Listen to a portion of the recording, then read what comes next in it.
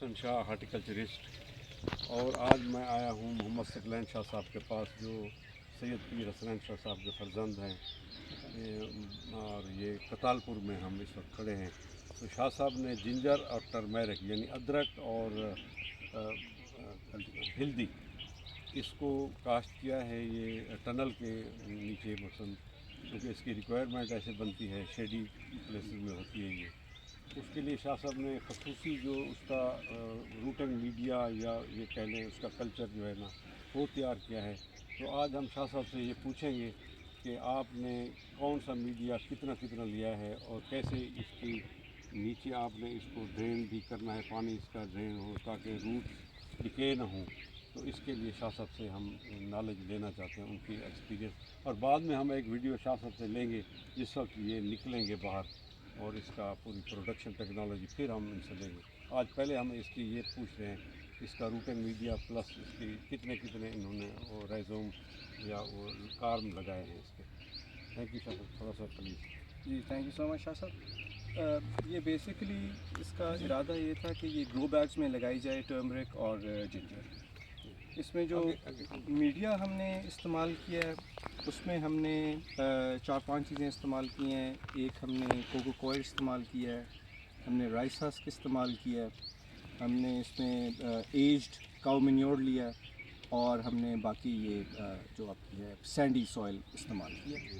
اس کے specific ratios ہیں پڑے 20% اور 30% کر کے ہم نے اس کی ریشو بنائی ہے تاکہ اس کی جو اسپیسیفک ڈینسٹی ہے پڑی وہ کم سے کم رہے اور اس کو گرو کرنے کا انڈر سوئل زیادہ موقع مل جائے۔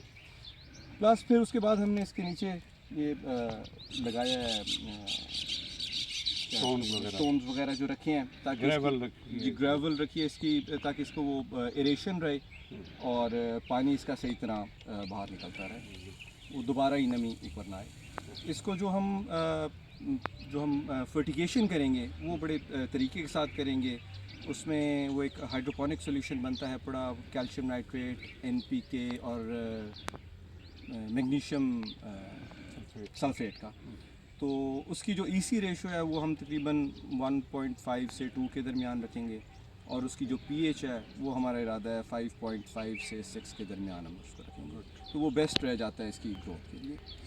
ابھی ہم نے یہ گرو بیگز ہمیں مل نہیں رہے تھے تو یہ ہم نے ایک اور اس کا یہ پلاسٹک بیگز یوز کرنے کی کوشش کی ہے، جگاڑ کیا ہے سپوزٹلی۔ تو اس میں پھر ہم نے یہ سوراخ وغیرہ کی ہیں، اور اس میں پھر ہم نے ایک وک سسٹم بنایا ہے تاکہ وہ جو مین پرابلم اس میں رائزوم راٹ کا آتا ہے وہ ہمارا منیمائز ہو سکے۔ یہ جو دھاگے آپ نے باندھے ہوئے، یہ جو دھاگے باندھے ہوئے ہیں، ان کا مقصد یہ ہے کہ اگر اندر زیادہ نمی ہو جائے گی تو یہ اس کو کم کریں گے۔ تو یہ ایک وک سسٹم کے طور کے اوپر اندر سے نمی نکال کر باہر اس کو شفٹ کر دیں گے۔ اس کے بعد ہمارا یہ ہے کہ یہ ہم نے تقریباً 2/3 اس بیگ کو بھرا ہے۔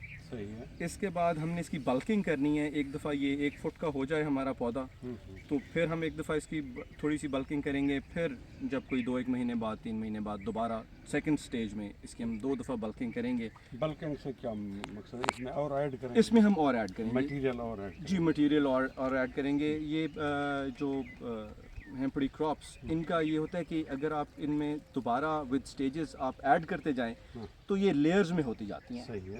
تو جو کہ ہم نے ایک صرف لیئر میں سے لینا ہے جو ہماری آؤٹ پٹ ہے، تو وہ جب اوپر ایک دوسری لیئر اس کو دوبارہ مٹی کی مل جائے گی، اس چیز کی مل جائے گی، تو اس لیئر میں دوبارہ پھر وہ گرو کرنے لگ جائے گی۔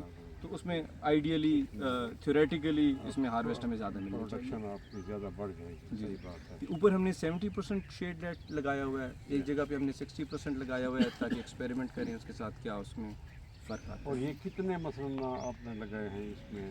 یہ ہمارا جو یعنی اس کے ایک جو مثلاً آپ کا ہے ایک بیگ کے اندر کتنا لگائے ہیں آپ نے؟ ایک ہم نے رائزوم لگایا جی ایک بیگ میں، ہاں جی تقریباً 50-60 گرامز کا ایک رائزوم پر بیگ لگایا۔